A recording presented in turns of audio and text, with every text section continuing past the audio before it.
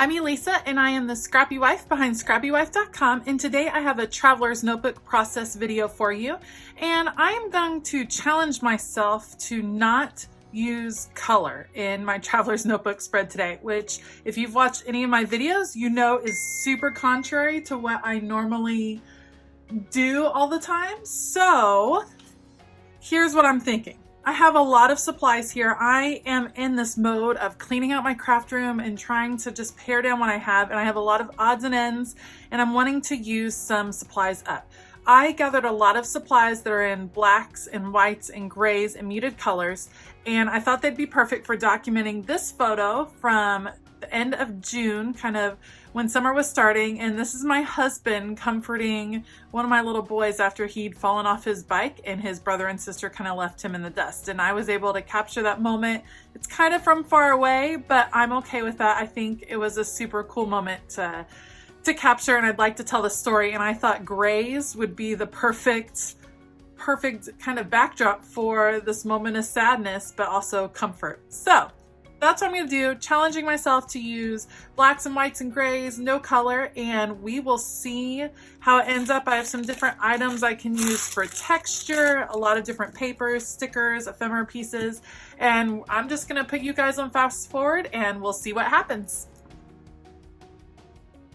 You guys, this challenge was so much fun to do. I was actually really surprised. I have been having that urge to go buy new supplies just because I've been feeling, I don't know, maybe a little burnt out or a little uninspired, and I honestly can look around and know that I don't need new supplies. I have tons of things to use in my craft room, and this made me kind of look at them in a different way. So I highly recommend kind of changing it up, getting out of your norm, and that way it kind of challenges you to look at your craft supplies in a new way and maybe find some new uses for them. So what I'm going to do is just start working on some layering. One of my favorite techniques is to just tear the paper. I like the texture that it provides and adds kind of an extra layer of interest. And I'm just experimenting here. I have this piece of vellum paper from Felicity Jane, but it was a little too bold for what I was wanting. And this is actually just a bag from a scrapbook store that I visited in Georgia called Pink and Main, and they had just the cutest polka dot bag.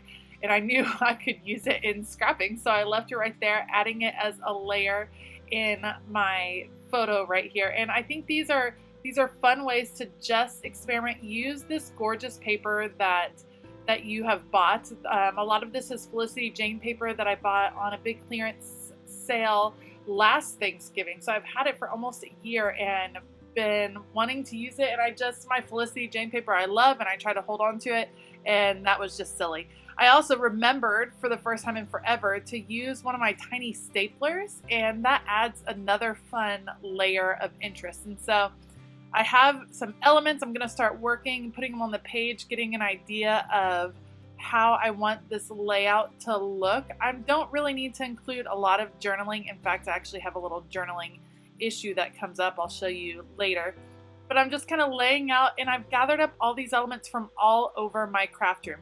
A lot of my ephemera is sorted by color already, which made this even easier, except for a few companies that I keep separate, like Felicity Jane, because their ephemera really goes best with itself most of the time. So I like to keep it kind of separate, but otherwise I was able to go through my stash and just find cool things that were in black and white. They don't necessarily relate to each other, but because they're in the same color scheme, they really start to go together and go on the page.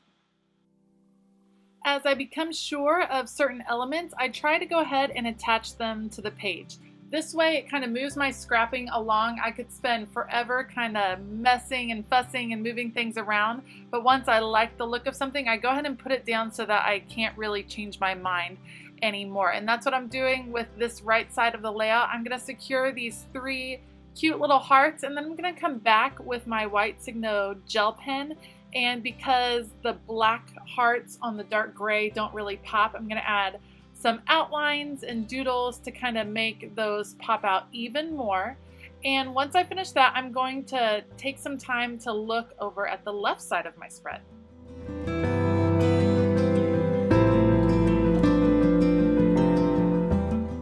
So I am loving this piece of notebook paper ephemera that came as part of a Felicity Jane, I don't know, ephemera set from a while ago.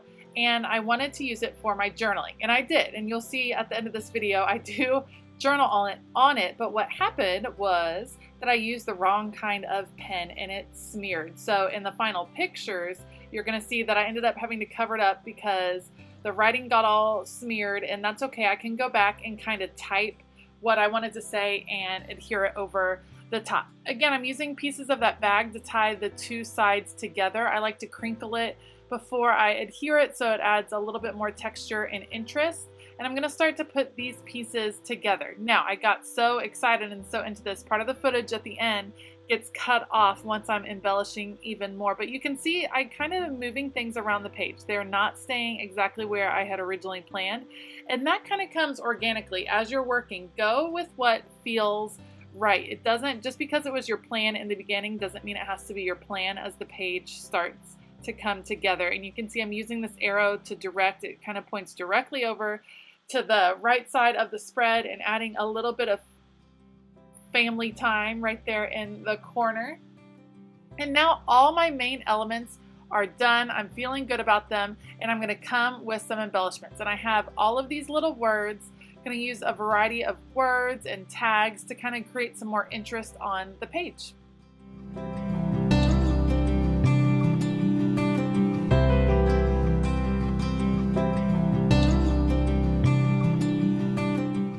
To me, one of the most fun parts of creating a monochromatic layout like this is that I think you can use as many embellishments as you want because they are all the same color scheme.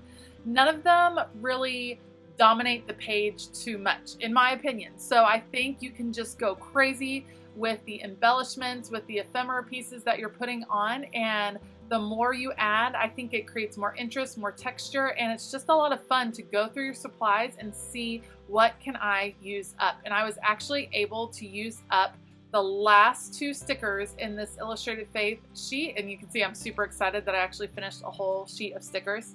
Here's where I'm kind of deciding I'm gonna journal, but wait, I think I'll do a title first. I grabbed these alpha stickers from Felicity Jane, and I'm gonna add the title of Hugs. And these are super cute foam stickers that they're kind of raised a little bit, so a little bit of dimension to them, but not too much for a traveler's notebook. I add the title of Hugs, and then yes, I am going to journal, and this is the journaling that gets smeared later, but that's okay. I figured out a way to work around it.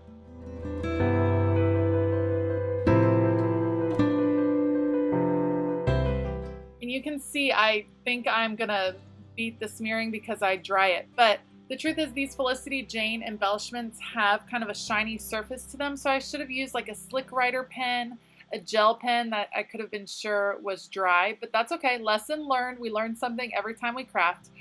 Now I'm putting these pages into my traveler's notebook. One of the reasons I worked on a separate piece of paper is because this is the back of my traveler's notebook. This one is almost full, almost finished, and so it is getting super chunky and a little bit hard to work straight on the paper. Also, I did some mixed media on the page right before this, and so the paper was a little bit wrinkly, but I'm super pleased with how this one came out. In fact, so much so, I decided to create another one. Okay, I had so much fun working on this monochromatic layout that I didn't realize my battery wasn't working and I lost the last of that footage, but I am going to work on another monochromatic layout, this time using this teal kind of green colors, and I'm going to be scrapping some pictures from a scrapbook expo that I went to with a good friend of mine, and this is a fun challenge. I'm kind of using bits and pieces of all different collections and just mixing them together, images that I like, and I'm excited to get going on another layout. Here we go. Because I'm at the end of this traveler's notebook, I decided to kind of just go for it as far as the embellishments, and I pull out some pom-poms that I have on a strand that I got from Hobby Lobby a while ago, and I'm going to put them on the edges of my page. And I learned my lesson, so I first try to adhere them with liquid adhesive from Tombow, and I ended up having to staple the ends down on that one because it wasn't staying in place. So on the other side, I put a strip of the tape runner and I put some of the Tombow adhesive right over the top of it, and that worked perfectly because the tape runner is holding it in place just as I am working, but I know that the liquid adhesive will be a more permanent solution, so that is what I recommend doing if you're going to do something similar and adhere these. And it's so fun. It adds a cool dimension just when my traveler's notebook is closed. It's kind of fun to see and wonder what is going on over there. It does make it a little bulkier, but I don't mind at all.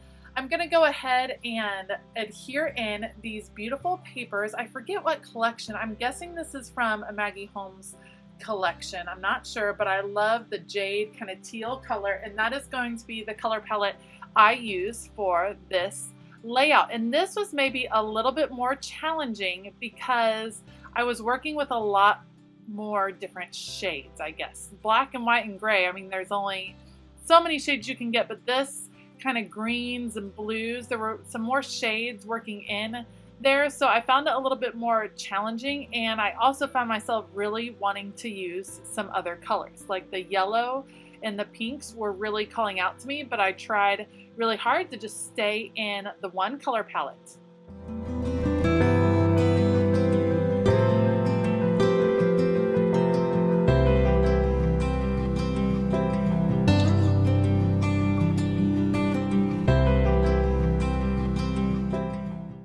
I decided to just do some simple matting for the 3 pictures I'm going to include on this spread, and all 3 are matted on different shades of the same kind of teal seafoamy color, all from Felicity Jane, the paper, which goes really well with this piece from Maggie Holmes.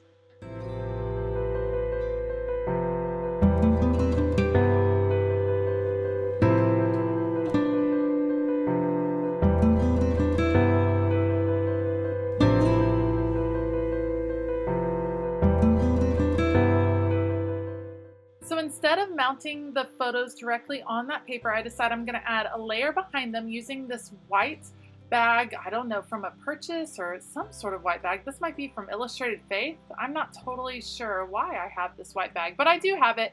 And I'm going to kind of add a vertical stripe down the right side just to add a little bit more layer. You can see me trying to figure out what to do. And I grab a different pair of scissors that cuts in kind of a ripped way. I wasn't sure that I could rip through this bag, but the scissors worked and gave it a torn edge, not a clean look. I wanted it to be a little bit more organic, so I'm going to trim down the plastic bag and then adhere it and then put the photos on the top. It doesn't end up showing up a lot in the end as I add more embellishments, but it does peek out a little. It breaks up all of that pattern that is going on in the background, which is a lot of pattern. And it just provides just a little, kind of something a little bit different, a unique layer in there, which is interesting to look at.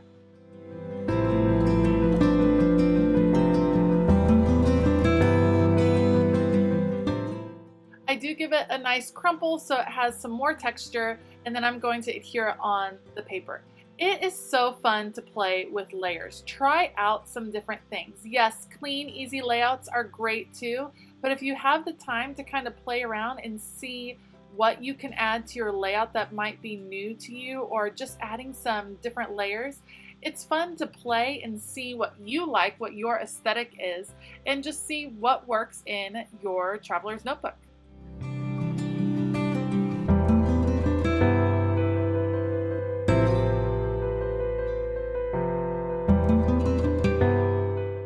So I always take time to kind of lay out where I want my embellishments to be before I adhere everything down. As you can see, my traveler's notebook is getting pretty fat there on the left, so they won't even stay. So I end up deciding, okay, well, I'm just going to go ahead and put the photos down, put some big elements down, and go from there. The embellishments I chose are seemingly a little bit random. They don't really have a theme to them except for the color, but that's one of the great things about doing one of these layouts. I have no idea when I was ever going to use a teal fox. That's just not, if you're doing a more literal scrapbooking technique, that's not something that comes up very often, but it is super cute, and I was able to use it on this layout because it is monochromatic and it goes with the feel. I also had these random numbers left from a Maggie Holmes ephemera collection. I think it was Carousel, that I used, and I loved them, and I used the other numbers in Bible journaling, but I had random numbers left. I don't know when I was going to use a 5 and a 3, but for this layout I was able to fit them in. I also had this large card from the Carousel collection with a merry-go-round, and I don't know when we will go see a merry-go-round, so I'm not sure if I was going to be able to use that in a more literal sense. However, I was able to cover up the word merry-go-round, add a little banner that said "Let's Get Creative," which was perfect for visiting a scrapbook expo, and it worked great in this layout.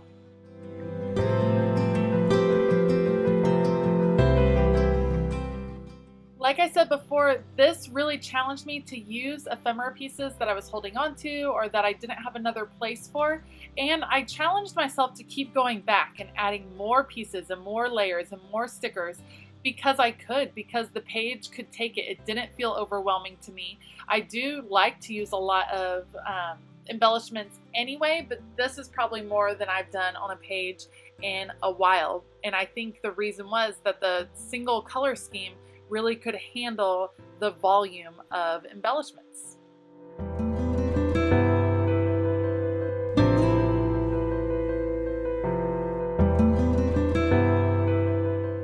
Start trimming off the extra pieces, and I'm going to go and add just a few more elements. Let me know in the comments below, have you ever done a monochromatic scrapbook page like this, or layout, or tried it in your Bible or anything? Or do you have something else that you do that kind of challenges you to use more of your supplies? I'd love to know. Like I said, I'm trying to clean things out and get things onto projects, so I'd love any suggestions. If you like this video, please give it a thumbs up and consider hitting that subscribe button as well as that bell notification button. I hope you have a fabulous day, and as always, keep it creative.